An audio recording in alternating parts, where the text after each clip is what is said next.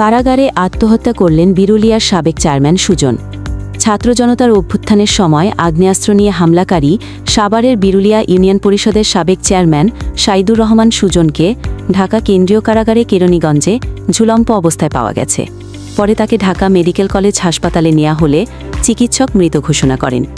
রোববার 15 জুন বেলা 11টার দিকে ঢাকা কেন্দ্রীয় কারাগারের সূর্যমুখী ভবনের একটি কক্ষে গলায় গামছা পেঁচিয়ে ফাঁস দেন সুজন। তার মৃত্যুর বিষয়টি গণমাধ্যমকে নিশ্চিত করেন ঢামেক পুলিশ ক্যাম্পের ইনচার্জ ইন্সপেক্টর মো ফারুক। কারা কর্তৃপক্ষ জানিয়েছে, বন্দী হিসেবে সুজন সূর্যমুখী ভবনের একটি সাধারণ কক্ষেই ছিলেন।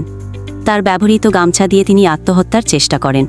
তাৎক্ষণিকভাবে তাকে উদ্ধার করে প্রথমে কারা হাসপাতালে এবং পরবর্তীতে উন্নত চিকিৎসার জন্য ঢাকা মেডিকেল কলেজ হাসপাতালে পাঠানো হয়। ওই কক্ষে 3 জন বন্দী থাকেন। সুজনের বিরুদ্ধে আন্তর্জাতিক অপরাধ ট্রাইব্যুনালের মামলাসহ মোট 15টি মামলা রয়েছে।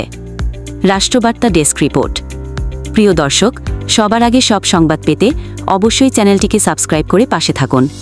আমাদের ওয়েবসাইট www.rashtrobarta.com।